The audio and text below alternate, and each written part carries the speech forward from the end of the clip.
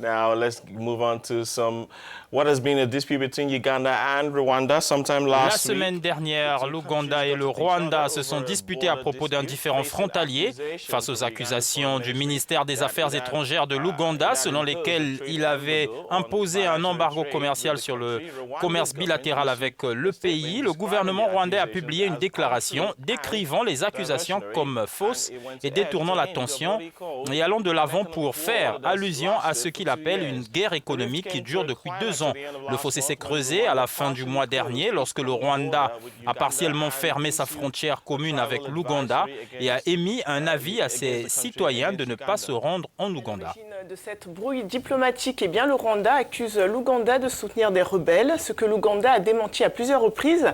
Alors ces tensions entre les deux pays ne sont pas nouvelles. Les deux gouvernements s'accusent régulièrement d'espionnage. L'Ouganda a par exemple récemment expulsé des cadres de la société de télécommunications MTN, dont un Rwandais accusé de compromettre la sécurité nationale du pays. Indeed, with us now is our correspondent Victoria Namutebi. Victoria, a warm welcome to you. Victoria Namutebi, notre correspondante à Kampala en Ouganda, est avec nous. Bonjour Victoria, le torchon brûle entre l'Ouganda et le Rwanda. Pouvez-vous revenir sur les circonstances qui ont conduit à ce conflit diplomatique?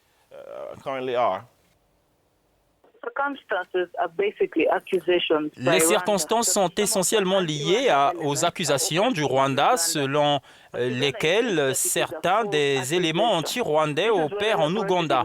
Mais l'Ouganda insiste sur le fait qu'il s'agit d'une fausse accusation.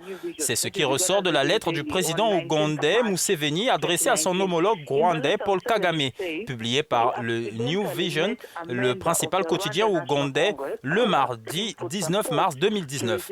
Dans sa lettre, Museveni dit qu'il a accidentellement rencontré un membre du Congrès national rwandais qui lui a demandé de l'aide pour résister au gouvernement rwandais.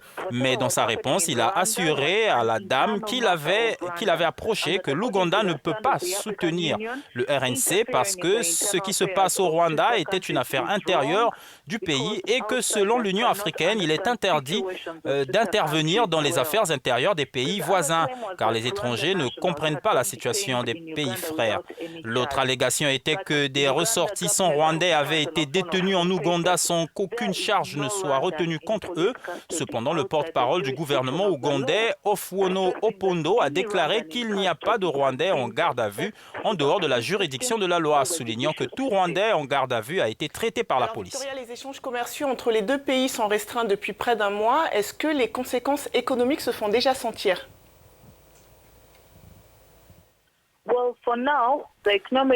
Pour l'instant, les conséquences économiques ne se font pas trop sentir en Ouganda.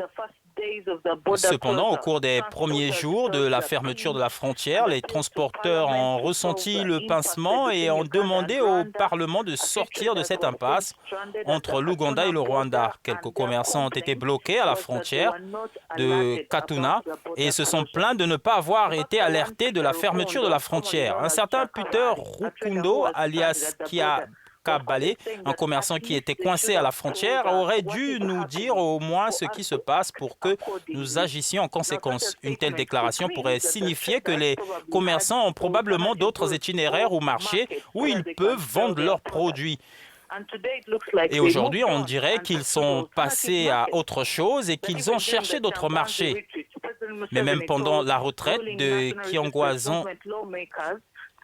Kyankwanzi, le président Museveni a déclaré aux législateurs du NRM au pouvoir que l'arrêt des exportations ougandaises vers le Rwanda n'aurait aucun impact sur l'économie ougandaise étant donné qu'il existe un marché pour les produits au Kenya.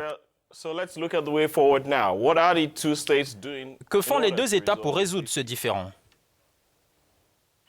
Le fait que l'Ouganda se soit prononcé pour déclarer que les accusations contre le pays sont fausses est un effort pour encourager la relation entre l'Ouganda et le Rwanda.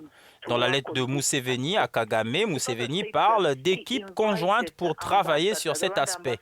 Il déclare en outre qu'il a invité l'ambassadeur et l'a mis en relation avec le ministre ougandais des Affaires étrangères, ce qui constitue également un effort pour encourager les relations entre les deux pays.